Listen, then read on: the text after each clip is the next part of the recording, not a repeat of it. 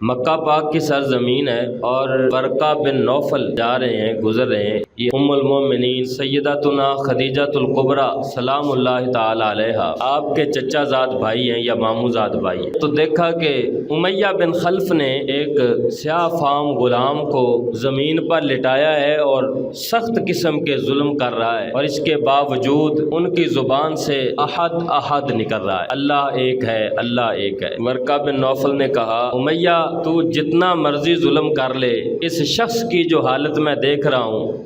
اگر تو اس کو شہید بھی کر دے گا تو اس کی زبان سے یہ جملہ نہیں پھیر سکے گا، اس کو تو توحید سے نہیں ہٹا سکے گا۔ پھر ایک دن یہی معاملہ جاری ہے، حضرت سیدنا ابو بکر صدیق رضی اللہ تعالیٰ عنہ آپ کا گزر ہوتا ہے۔ آپ دیکھتے ہیں کہ امیہ بن خلف جو ہے وہ اسی سیاہ فام غلام کو اسی طریقے سے سخت قسم کی سزائیں دے رہا ہے۔ جناب سیدنا ابو بکر صدیق رضی اللہ تعالیٰ عنہ نے فرمایا، امیہ اس بیچارے کے معاملے میں بھی اللہ سے نہیں ڈرتا۔ امیہ نے کہا کہ تم نے تو اسے بگاڑا ہے، جو اسلام اس تک پہنچایا ہے، یہ مسلمان ہو گیا ہے، میرے دین کا نہیں رہا، اب میں اسے اپنا خادم بھی نہیں رکھنا چاہتا۔ اگر تمہیں اتنی اس کی پریشانی ہے تو تم اسے آزاد کروا لو، میرے ظلم سے اسے نجات دلوا دو۔ جناب سیدنا ابو بکر صدیق رضی اللہ تعالیٰ عنہ نے فرمایا کہ اچھا، اس سے اچھا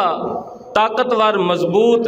یعنی طاقت میں اچھا مضبوط غلام میرے پاس ایک ہے، اگر تم چاہو تو اس کو لے لو اور اس کو چھوڑ دو، اس کے بدلے میں اسے آزاد کر دو۔ امیہ نے کہا، مجھے یہ سودا منظور ہے۔ جناب سیدنا ابو بکر صدیق رضی اللہ تعالیٰ عنہ نے اس سیاہ فام غلام کو جناب حضرت سیدنا بلال حبشی رضی اللہ تعالیٰ عنہ کو اس سے لیا اور حضور پاک صلی اللہ علیہ وآلہ وسلم کی خدمت میں جا کے بطور تحفہ پیش کر دیا۔ سب سے پہلا درس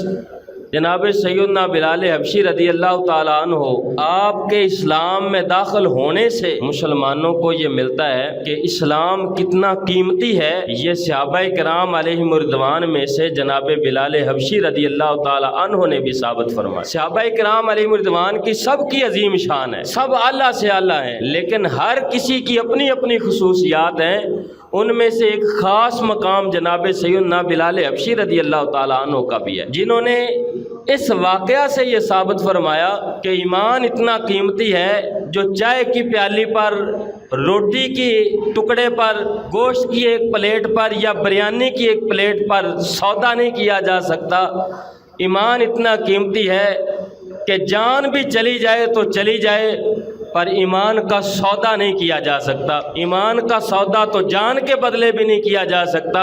یہاں لوگ جس کے پاس بیٹھ کر چائے کی پیالی پی لیتے ہیں، اس کی ہاں میں ہاں ملانا شروع کر دیتے ہیں۔ جس مجلس میں لوگوں کو پتہ چلتا ہے یہاں سے اچھی بریانی مل جائے گی، ان کی جا کے مجلس میں شامل ہو کے باتیں سنتے ہیں۔ لوگ لوگوں کی مجلس میں جا کے صرف روٹی کھانے کے بدلے میں اپنے ایمان کا سودا کر بیٹھتے ہیں۔ حضرت سیدنا عمر بن عاص رضی اللہ تعالیٰ عنہما آپ فرماتے ہیں کہ ایک مرتبہ میں جو گزرا امیہ بن خلف کے پاس سے، تو میں نے دیکھا کہ سخت دھوپ ہے، شدید گرمی ہے، تپش اتنی ہے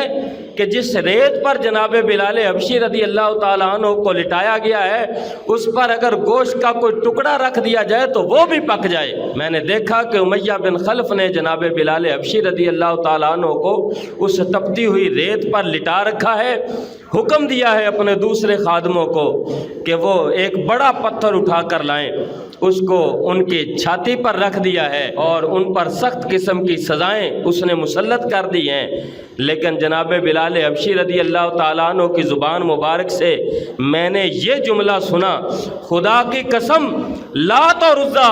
منات کی خدائی کو میں نہیں مانتا۔ بلال حبشی نعرہ لگا رہے تھے، آپ یہ نعرہ لگا رہے تھے،